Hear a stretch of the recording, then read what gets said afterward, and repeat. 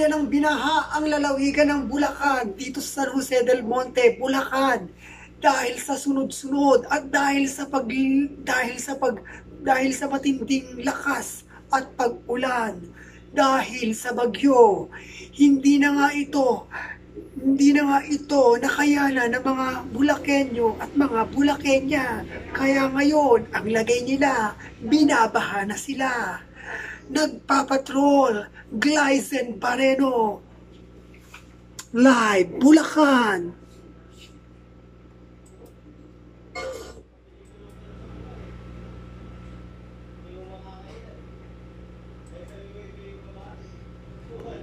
Patuloy nga pong binabaha dito sa Bulacan at dahil nga po sa lagay ng mga pagsunod-sunod na malakas na ulan, ay talaga namang hindi na napigil ng mga Bulakenyo ang maglakad na lamang dahil ang kanilang mga sasakyan, ng mga motorsiklo, mga sasakyan, mga kotse, mga jeep, ay talaga namang humihinto ang kanilang mga motor, ang kanilang mga sasakyan dahil kapag nababasa ito ng tubig, dala ng matinding malakas na pag-ulan.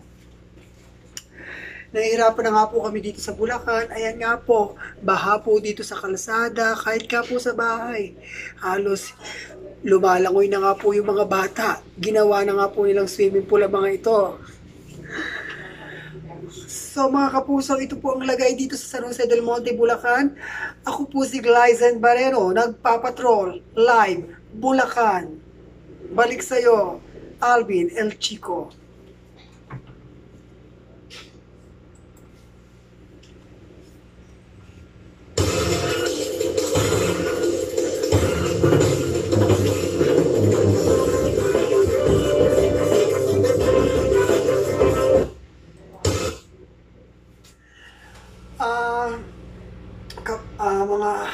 Mga kapamilya, nandito nga po tayo ngayon dito sa Baler Aurora kung saan ay nagdadagsaan pa rin ang mga nagsuswimming dito. Ngunit pinagbawalan na sila ng mga tiga-Baleriano na huwag na nga dito silang mag-swimming.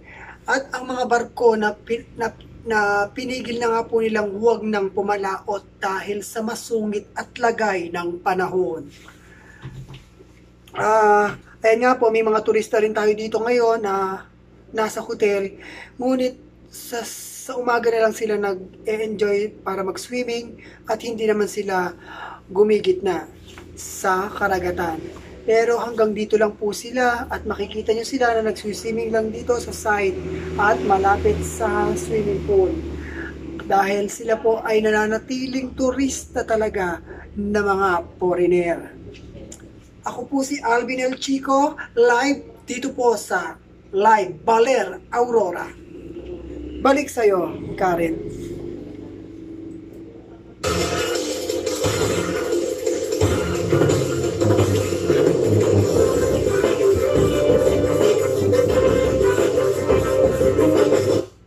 Maraming salamat sa'yo, Alvin El Chico, live sa Baler Aurora. Kakagulo naman ngayon ang mga Tarlakenyo dahil nga sa di umano'y nagugutom na nga raw sila dahil ang kanilang kabukiran at kanilang sinasakang taniman ng mga gulay at mga palay ay talaga namang pinadapa ng matinding malakas na hagupit ng dala ng bagyo. Live nagpapatrol, Glyzen Barreno, Tarlac.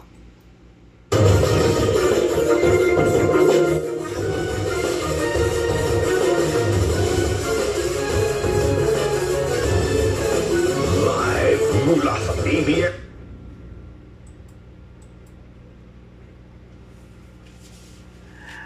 Karen, andito nga tayo ngayon sa Tarlac at nakikita nga po natin na pinahupa ng matinding bagyo ang mga palayan rito sa Tarlac. Kaya naman yung mga gulay talaga naman ay talagang nagkapitas-pitas at nagkalaglagan dito sa kaputikan, sa kabukiran na kanilang malawak na sinasaka. At ngayon nga ay hirap na nga ang mga residente rito na magluto dahil wala na sila halos na mailuto dahil nga sa mga nasisirang gulay. Napakahirap po ngayon kasi napakamahal na nga po ng gulay ngayon, nagtaasa na ang mga presyo ng mga bigas. So, ayun nga, wala na po kami magagawa kasi nga po, alam naman natin na hindi natin kayang pigilin yung bagyo at malalakas na hangin. Ngunit, umaasa pa rin kami na sana ay matulungan niyo po kami dito po sa Tarlac. At ito po si Glyzen Barreno, nagpapatrol live dito po sa Tarlac. Ako po si Glyzen Barreno, nagpapatrol live, Tarlac. Balik sa'yo, Noli.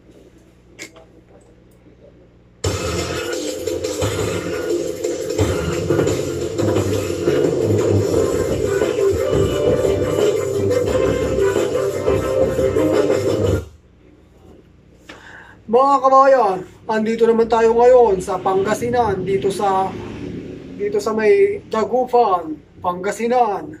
At talaga namang hindi naman din mapigil ang mga tao dito dahil sa sunod-sunod na malakas na bagyo. Nagbabalita at nagpapatrol live, Glyzen Barreno, live in Pangasinan, Dagupan.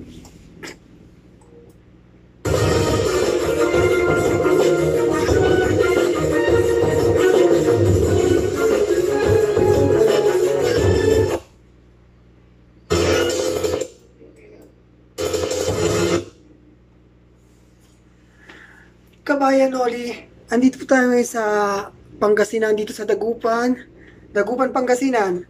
Hirap na rin ang mga Pangasinenyo dito dahil wala na silang makuhang mga asin at mga bagoong. Dahil nga sa malakas na pag-ulan at tumataas at mapanganib na karagatan, dala ng malakas at matinding pagbuhos ng ulan, dala ng bagyo. Eto, nahihirapan kami pumalahot sa dagat dahil napakahirap, lalo pag kami bagyo, hindi talaga kami nagpupunta sa laot. So, ayan, medyo mahihirapan din kami kumuha ng mga asin dahil tumataas ang tubig at ang paggawa namin ng mga bagong dahil medyo nahihirapan kami dahil umaapaw talaga ang karagatan. At kabayan Noli, yan nga po ang balita dito ako po si Glyzen Barreno, nagpapatrol live dito sa Dagupan, Pangasinan. Balik sa'yo, kabayan Noli.